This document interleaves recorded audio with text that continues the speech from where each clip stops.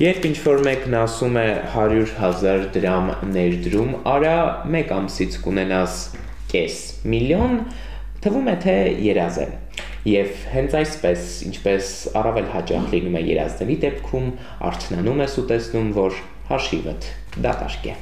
24 ժամում 2.3 միլիոն գործարք, դրանց ընդհանուր արժեքը 530 միլիոն դոլար, տարեկան 60,000 նոր օգտվողներ։ Գրավիչ այս թվերն էին մարդիկ տեսնում առաջինը։ Hello-Bit այս անվանումն ուներ վերջին ժամանակների թրենդը, ներդրումների հարթակը, ավելի պարզ ֆինանսական բուրգը։ Ներքին գործերի գերատեսչությունը դեռ սեպտեմբերին էր պաշտոնապես զգուշացրել, զերծ մնացեք նման հարթակներում գումարներ ներդնելուց, եւ ահա, ինչպես մեդիա մասնագետներն են բանաձևում, բուրգը պայթեց, այլ կերպ ասած, հարթակում երբեմնի ներդրումներ կատարողները փաստացի խարդախության զոհը դարձան։ Ոչ ներդրած գումարները, ոչ էլ առավել եւս դրանց տոկոսները այլևս հնարավոր չեղավ կանխիկացնել։ $1,200 եմ ներդրել, դեռ մի բան էլ, որ ճիշտն ասեմ, վարկ էի վերցրել այդ գումարը։ Չգիտեմ էլի ինչը ստիպեց, երևի որ շատերից տեսել էի, չգիտեմ ինչ ուղեղից փչեց, որ ես էլ անեմ։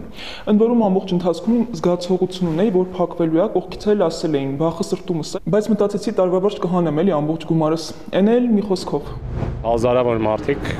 մեծ կորուստներ են ունեցել։ Մեդիա փորձագետ Սամվել Մարտիրոսյանը Սուրանկյանը պատմում է, մեր զրույցին զուգահեռ այս պահին էլ մի քանի ֆինանսական բուրգ շարունակում է գործել։ Նրա գնահատմամբ արդեն պայթած բուրգի համեմատ փոքր են, բացի այդ Hello-Bit կոչվածը դաշտ եկավ ագրեսիվ։ Սովորաբար այս տեսակ բուրգերը մինչև 5 ամսվա կյանք են ունենում, սակայն Hello-Bit-ցիները արագ եկան, արագ գնացին, ասել է թե անհետացան։ Ինչ են անում, մարդկանց առաջարկում են շատ մեծ եկամուտ, աննորմալ իրականում եկամուտ, օրական 2-3% վերադարձ։ Հիշենք, որ օրինակ բանկերում, եթե դուք ավան դնեք, 10% տարեկան է, այսինքն հասկանալի է, որ սենց վերադարձ չի կարող լինել ուղղակի նորմալ։ Բայց մարդիկ սկսում են վստահել, որովհետև իրականում ռեալ գումար տալիս են սկզբից։ Իսկ որտեղից են ներդրողները սկզբնական շրջանում ստանում ռեալ գումարը, ինչպես ձևակերպում է մեդիա փորձագետը, կամ այլ կերպ ասած տոկոսները։ Ներքին գործերի նախարարության քրեական ոստիկանության կիբերհանցագործությունների դեմ պայքարի վարչության պետ Հայկ Մկրտչյանն է մանրամասնում, բացի հավելյալ եկամտի ակնկալիքով անձամբ փող ներդնելուց, կարող են նաև այլոց բուրգ բերել, ահա թե ինչ մեխանիզմ է այստեղ աշխատում։ Քաղաքացիներին հորդորում են այլ քաղաքացիներին եւս ներգրավել եւ սկսում են գումարների գոյացումը։ Առաջի բուրգում, առաջի հատվածում գտնվող անձինք սկսում են եկամուտ ունենալ, բայց այդ եկամուտը ոչ թե տրամադրում է տվյալ ֆինանսական բուրգը, այլ եկամուտը իրենց գոյանում է իրենց կողմից հրավիրված անձանց հաշվին, այսինքն իրենց մտերիմների հաշվին։ Եվ այսպես գալիս է մի պահ, երբ հավաքված ներդրողների ընդհանուր թիվը, հետևապես բուրգի ֆինանսական միջոցները մեծ են լինում։ Կիբերհանցագործությունների դեմ պայքարի վարչության պետը չի բացառում նաև ճիշտ հակառակ սցենարը։ Բրգագործներին էլ մնում է միայն հափշտակել ամբողջ բյուջեն։ Hello-Bit-ը հենց առաջին օրինակով պայթեց։ Այս պարագայում հիմնականում կրիպտոակտիվների միջոցով էին իրականացնում, այսինքն տալիս էին կրիպտոդրամապանակի հասցե, քաղաքացիները ուղարկում էին այդ հաշվեհամարին կրիպտո եւ դրա հիման վրա տրամադրում էին համապատասխան կամ ծրագրային ապահովում կամ վեբ կայք, որտեղ որ յուրաքանչյուր անհատ ունենում էր իր մուտքանունը եւ գաղտնաբառը։ Մտնելով իր էջ, այսպես ասած, այնտեղ քաղաքացին տեսնում էր գումար, բայց իրականում այդ գումարը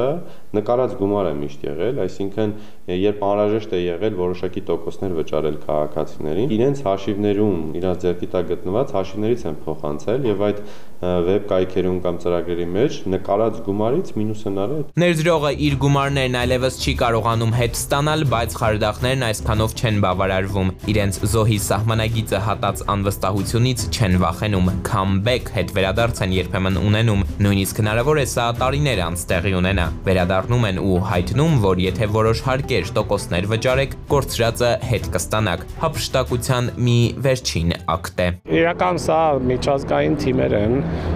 սովորաբար նույն երկրում բուրգ չեն բացում, տենց միջսահմանային աշխատում։ Այսօր այս բիզնեսի մեջ բարիս բուն իմաստով տասնյակ հազարավոր մարդիկ են նստած աշխարհում, շատ եկամտաբեր է, շատ քիչ շանս կա, որ կբռնեն։ Կրիպտո արժույթների դրամապանակները չեն կարողանում նույնականացնել։ Ինքն եթե սովորական դրամապանակները մեզ հայտնի դրամապանակները հեռախոսահամարով, անձնագրով կամ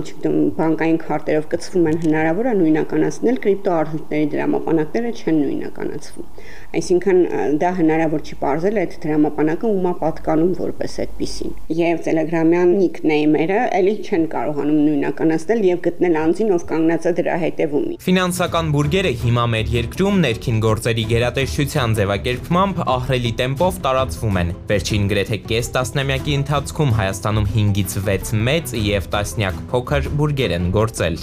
Այս գործերով դժողի համար էական իր գումարի հետ վերադարձնա։ Սակայն այստեղ կիբերխարդախներն իրենց բախտի վրա դարձյալ խաղադրույք են կատարում։ Զոհերի ականջին տեղեկություններ են հասցնում, որ եթե դիմեն իրավապահներին, ապա առաջնահերթ կվնասեն նախ իրենց։ Ներքին գործերի պաշտոնյան հանգստացնում է, չկա նման բան։ Հայկ Մկրտչյանը թվային տվյալներ է ներկայացնում։ Գոնե վերջին Hello-Bit-ի հետ կապված ոստիկանությունում այժմ տասնյակից ավելի հաղորդումներ կան, արդեն նախաձեռնված քրեական վարույթներ։ Ցանկացած ֆինանսական բուրգ, որոնք որ իրենք գովազդ են, այդ բուրգի համար օրինակ վարձակալ են գրասենյակներ, այդ գրասենյակների միջոցով փորձեն քաղաքացիներին ներգրավեն, նշված անձինք օրենքի առջև ունենան խնդիրներ։ Իսկ այն քաղաքացիները, ովքեր մտել են ֆինանսական բուրգի մեջ, 1-2 անձ են հրավիրել,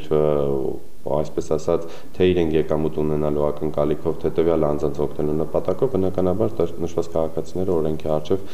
խնդիր չեն ունենա։ Ինչ վերաբերում է դատական պաշտպանությանը, փաստաբանն այն համոզմունքն ունի, որ այնուամենայնիվ գործընթացն արդյունավետ չէ։ Թամարա Բաղդասարյանը հիշեցնում է, բուրգերի հանցախմբերը հիմնականում երկրի սահմաններից դուրս են գործում, իսկ այս շղթայի մեջ իր բառերով մեկ է քաղաքացու համար էականը կորցրածը վերադարձնելն է։ Բայց այստեղ մենք նաև այլ խնդիր ունենք, տեսեք, դժողով ներգրավել այդ ամեն ինչի մեջ իր մտերիմներին, հարազատներին, ընկերներին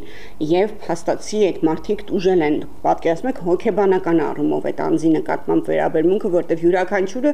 դիմելու է այն անձին, ում միջոցով ինքը հայտնվել է այդ բուրգի մեջ։ Ու հենց այստեղ ինչ է պետք անել փլված բուրգի ծանրությունը չզգալու համար։ Առանցքում ըստ մեդիափորձագետի նույն մարդն է իր ընկալումներով, որոշումներով։ Այստեղ կարևոր է, որ դպրոցից մարդ հասկանա, այսինքն մարդ կարողանա ինքնուրույն գնահատել, թե որքան կարող է լինել իրական եկամուտը, որ պահից է դա դառնում ինչ-որ շատ տարօրինակ։ Ի դեպ, մեր եկող տարվա պետբյուջեի խորհրդարանական քննարկումների եւ Hello-Bit-ի կողքին ծանրակշիռ տեղ ունի նաեւ այն, ինչ գրանցվեց բանկային համակարգում։ Քարտապաններն արթնացան, հեռախոսների էկրաններին տեսան, կարդացին, որ փաստորեն գիշերը, երբ քնած են եղել, իրականում խանութում առևտուր են արել, իսկ այսպես ասենք ավելի իրականում պարզապես իրենց գումարներն անտեղի գանձվել էին, ընդ որում ճիշտ նույն չափ, որքան ասենք մեկ ամիս առաջ X խանութում գնում էին կատարել։ Քաղաքացին մոտեցել է վճարում կատարի, վստահ լինել, որ իր հաշվին կա գումարը ու նշված գումարը բացակայել է։ Ինչ է ստացվում։ Կարող մտածել, որ օրինակ բանկը տվյալ պահին դեֆիցիտ է ունեցել կամ կարևոր գործարք է ունեցել կատարելու, ենթադրենք ու կարողացել է գիշերվա այնպիսի ժամի,